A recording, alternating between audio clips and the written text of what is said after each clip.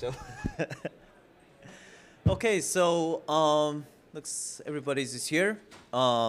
This is Sita Shen from Seller Data, product manager from Seller Data. So today we're gonna explore a kind of like a special kind of topic, customer-facing analytics.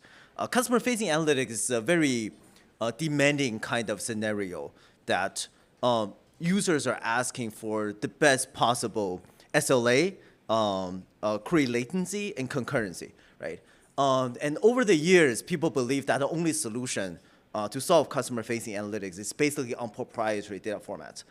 But today, with the help of open formats like Apache Iceberg, we say no to that. So this talk, we're gonna go over how to basically challenges of customer-facing analytics and how to actually do customer-facing analytics without destroying your data architecture, how to do it without a governance nightmare. Okay, so let's get started. So customer-facing analytics, briefly go over what it is. So it is basically serving analytics, OLAP queries directly to your users, right? So that can be in the ways of, let's say, SQL query. That's a little less common, right? Or customizable dashboards through one of the open source project or something that the service actually built for themselves, right? With analytical queries powering those like dashboards or applications, right? And one example can be on the right. So this is actually the YouTube Studio page for our Seller Data channel for my company's YouTube channel, right? You can see the impression of the views we got and the watch hours we got, right? And this is a good example. And this is actually my iceberg video. It's been trending recently, so that's good. Customer-facing analytics is known to be very high stake. It is your revenue driver, right? It is your competitive advantage. Some example of customer-facing analytics can be something like MarTech, right? A B2B SaaS MarTech service, right? That tracks your real-time campaign kind of performance, right? Or it can be like a financial institute, right? That use customer-facing analytics to provide the service to detect those fraudulent activities, right? To catch them before they actually happen, right? So very fast queries, very high concurrency, and oftentimes real-time freshness is very important for customer facing. And in general, like external facing dashboards too, right? And now let's talk about some of the unique challenges of customer facing analytics. I've been working with customer facing for the past like 3-5 years. Yeah, so the challenges of customer-facing analytics is actually quite different of those internal-facing, right? We're gonna go over them one by one. So first is just too much pre-processing, just way too much pre-processing, right? Your data is relational, unless you're doing some log, or even that by nature is relational, right? Relational database was introduced like in the 1970s. It's been the best practice since like 5 years ago, when everybody started doing denormalization and flat table became something that's acceptable, not even acceptable, became a false kind of best practice for everyone, because a lot of the OLAP systems, especially for real-time OLAP databases, when they built the system, they didn't think that on-the-fly joins was possible for low latency. So they didn't really like take join into consideration when they built the whole system, the whole architecture, right? They either have no join support, or their join is limited to a single node join. Basically, you can only do a broadcast join, right? No data shuffling. So you cannot really organize multiple nodes to do a big join, like 2 big table join. It doesn't work for most of the system, right? Or the joins are just too slow to be usable, for on-the-fly queries, right? They're not really optimized for performance, right? So the users they're forced to denormalize. Denormalization does solve the join problem. It gives you good query performance, but it comes with a very hefty cost, right? So first, you have to build complex and error-prone pipelines, right? If you're doing it in batch, like writing a Spark job is not as bad, but doing that for terabytes, petabytes of data is very expensive too, right? And what's worse is for real time. If you want real time, you need incremental compute, right, to build those denormalized tables. So you introduce stream processing, which is a proprietary set of knowledge you have to know, right? You have to actually code to do that. You have to know how to manage your states, right? That's very expensive. And also, the second, it locks your data in a single view format, right? Just think of you have a small left table and a big right table, right? And you want to update rows, update a column on the smaller table. But if you denormalize the two, you would have to basically do data backfilling for all of the rows on the right table too, on the fact table too, right? And we actually have a user that was doing denormalization with Apache Druid, and they run a metric platform, but because of data backfilling, editing, changing a metric took days because they had to backfill like petabytes of data for their tables, with trillion rows, and it's just too expensive, right? And the operational overhead keeps growing. If your architecture, if your business becomes more complex, you add more features, the more denormalization pipeline you have to build, the more customer you onboard, the more denormalization, the more expensive the denormalization pipeline becomes, right? So it's very expensive. It average around like 10 times storage explosion, right? It locks your data in, and it grows your operational burden as your business scale, right? So the second challenge, unique challenge we see with customer-facing analytics is everybody's chasing that impossible SLA, right?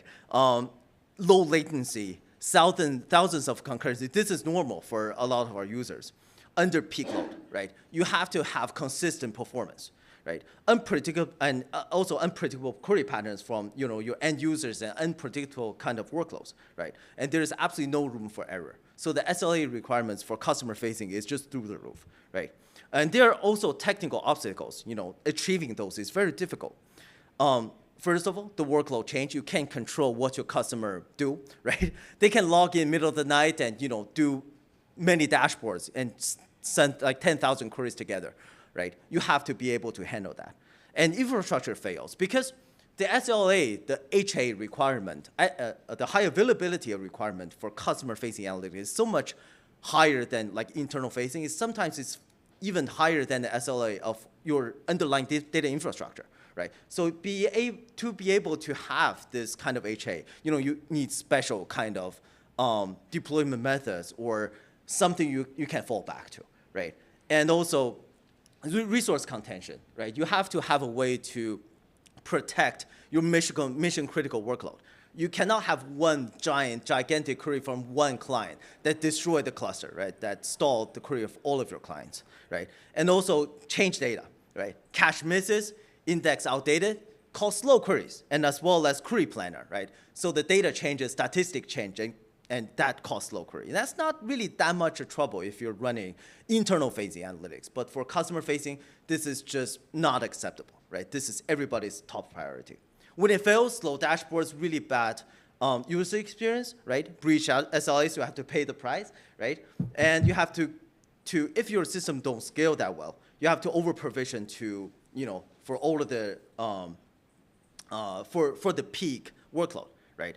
So your team is stuck, firefighting instead of actually building, right? So all of these requirements, people believe users has been using proprietary system to solve all of these challenges, right? Although like a proprietary data warehouse probably can solve these challenges, but it comes with a very hefty cost as well, right? With proprietary data warehouses. Let's imagine, on the right, if you already have an Apache Iceberg and you're ingesting your data duplicating your data into a proprietary data warehouse, right? Probably solve the performance challenges, but you have to consider the cost of actually maintaining a proprietary data warehouse, which is stateful, right? It uses a lot of resources, very error prone, right? And you have to consider the cost of your actual data ingestion pipeline, right? Doing that for thousands of tables, that's very expensive, right? You also have to consider the challenges of actually matching a schema between the two, right? Matching a data type, design a whole new set of indexes to accelerate the queries in the data warehouse, and that's very expensive. And most importantly, you lose the single source of truth on your data lakehouse. You lose a single source of truth on your Apache Iceberg, and you bring yourself into a data governance nightmare. Okay, so why is this happening? So our viewpoint is existing query engines that are used for open table formats, such as Apache Iceberg, Open Lakehouse, are not really built for those low latency, high concurrency, customer-facing like workloads. Some of them are optimized for long-running batch workloads, right? That runs for hours, ETL jobs, a failover, right? That's stable, but they're not optimized for low latency, or they're just not optimized for query performance as a whole, right? Subsystems are designed to connect to all possible data sources and get okay performance instead of the best performance on one single, unified data store in open formats, right? So here are the challenges, and finally, I'm gonna go through what I'm gonna talk about next, right? So first is I'm gonna talk about the technologies that addresses these challenges on top of Apache Iceberg. And also we're gonna briefly talk about how industry leaders are future-proofing, their customer-facing analytics infrastructure, not only to achieve that one project, but you build a system that lasts for the next 5 to 10 years, okay? And we're happy to take any questions. So customer-facing workloads on Apache Iceberg essentials, right? So what are required? So this is the baseline performance. So what are required to get this kind of data warehouse-like performance? So first, a hierarchical caching framework is absolutely necessary on top of Apache Iceberg. This includes a metadata cache and also a data cache that's based in both memory and disk, right? So this overcomes the unstable performance of data lake system. This is a multi-fold question, right?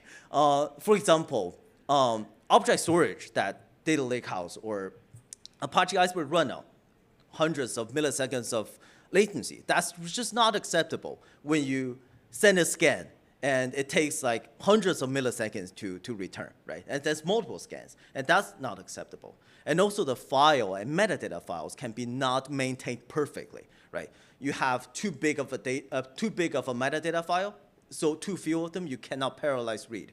Or you have too small of a data file, just too many of them, right? It's just very slow to read, right? So a well-designed cache solve that problem, right? They also save I/O costs from actually fetching data from external storage systems, right? And also you want to find something that's built for low latency join queries, right? Cost-based optimization is absolute must if you want to run join queries on the fly, right? You want to find something that's MPP, massively parallel processing, right? So optimize for low latency instead of like batch workloads. Also, you want to find something that is designed to provide the best performance. Your execution layer needs to be implemented in a lower level language to fully utilize CMD instruction sets. Basically, run everything in batch, right? Vectorization is basically to run everything in batch in memory. And that's why we organize everything in batch in a columnar format, right? In files, because for OLAP, the more batch you run, the faster it actually goes, right? So this is it. And with all of the things above, data warehouse performance on the lakehouse is actually quite easy to do. It's not as difficult as we think it is. So here I want to use StarRock as an example. So the quick rundown of what it is. Linux Foundation project, right? MPP architecture, C++, SIMD optimized, sub-second query latency, right? You're able to run demanding data warehouse-like workloads directly on open formats such as Apache Iceberg. The reason why we bring up StarRock today is StarRock has 2 deployment options. First is a hyper-optimized internal format. It uses its own table and file format for the best possible performance. And then also we can ditch the storage engine and replace it with something like Apache Iceberg managed Parquet files, right? Let's see the performance difference. So setting the baseline, StarRock is a really performant data warehouse by itself, right? So this is a benchmark test, SSB. So everything with a flat on the right is the denormalized version of SSB. So on-the-fly aggregations, but no on-the-fly joins. And everything, StarRock with the multi-table is running joins on the fly. So it's more expensive, right? Running join and aggregation both on the fly. You can see that StarRock's flat performance is way faster than Druid and faster than ClickHouse. And StarRock's multi-table performance is even faster than Druid's single table performance. Basically, we're running everything for free, right? This is really coming from C++ and vectorization. And data warehouse is fast. And to compare the data warehouse deployment with the data lakehouse deployment with Apache Iceberg in this performance test, TPCD has 1 terabyte benchmark test. The data warehouse solution is only 12% faster. So what are we talking about here?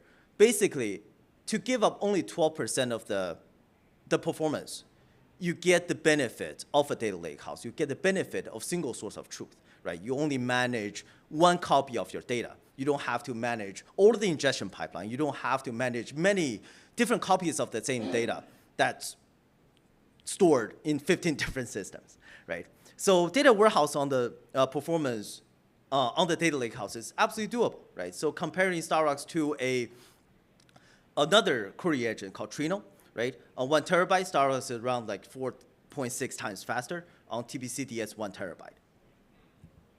So actually, a lot of the optimizations that we did, we can't really see them on benchmarks because benchmarks don't really show, how we address slow queries, how we save your SLA, right? So here are some of the optimizations that we did, for customer-facing analytics kind of workloads, from our users in production systems. So first, caching is very important, right? But running cache hot, fast, is easy, right?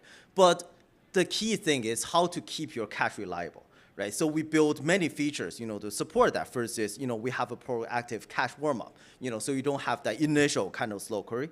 And we have a compute replica strategy for cache that when your node actually go down, right, you have another replica of the cache to keep your SLA, your latency still afloat, right? And also we have segmented LRU. Basically, you have a protected kind of cache.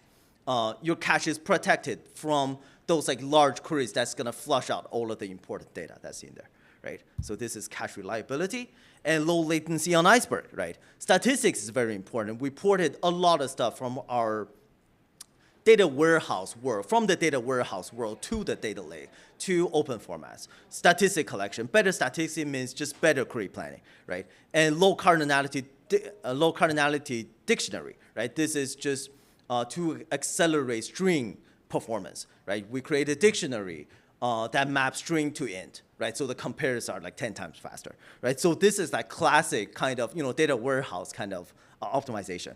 And also primary key, foreign key constraints, right? We can utilize those to do data pruning, right? This is really important for low latency. And smart metadata fetching. We can read metadata either in parallel, right? Or we can cache the deserialized Avro file, for even better performance for low latency. So there are a lot more work that goes into this than what the benchmark shows, right? And ensure query plan stability is very important, right? Adaptive parallelism, so basically is dynamic resource isolation, right? Resource isolation between each tasks. Our pipeline execution engine is born to do something like that, right? And also query cost prediction and queue-based scheduling, right? We have a framework, that with our cost-based optimization, we can pretty precisely calculate the cost of each query, right? And for the large queries, we want them to fail fast or put them into the queue so it doesn't affect all of the other important queries that we're running here, right? Also position large queries in the queue, so they're isolated, they're not affecting your system, right? And also we have mechanism to do task retry and phase scheduling, right? To ensure that all of your queries either fail fast or they succeed based on your preference. A lot of work went into this. So customer-facing analytics on Apache Iceberg. Here are a few case studies. You can search them up on Google. There are blog posts for those use cases. So first is HerdWatch. So they run a monitoring system for livestock, for tens of millions of livestock. And they went from Athena to Starbucks and basically dropped their latency to like 700 milliseconds to 1.5 seconds, right? Single source of truth on Apache Iceberg. And TRM Labs is a blockchain platform that basically, that's a very secure blockchain platform that detects like fraudulent activities, right? And they went from BigQuery to the Lakehouse architecture to Apache Iceberg plus Starbucks. They actually have a talk tomorrow, I think around this time tomorrow virtually, right? You can check it out. So from a legacy cloud data warehouse to a Lakehouse architecture, while still running all of the join queries, aggregated queries on the fly, right? But having that single source of truth underneath. Okay, so this is all I have for today. Any questions? And join the Slack channel. Any questions?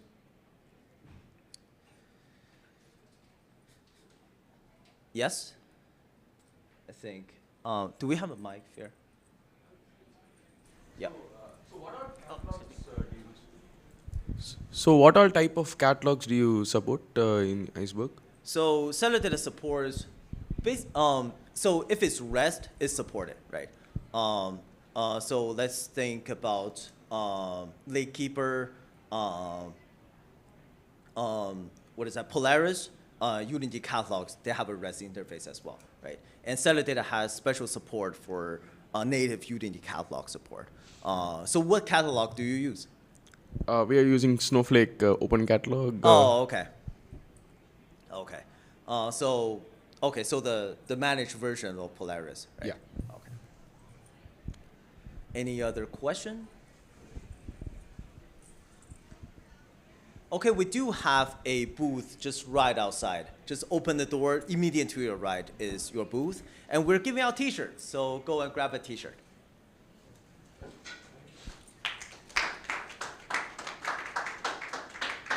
Thank you, appreciate that, thank you. Right. Thank you, Sita, again for the great talk. Like he mentioned, there's a booth outside. If you guys want to visit them, they're giving out free t-shirts. Immediate to the right is the booth. And with that, we're going to turn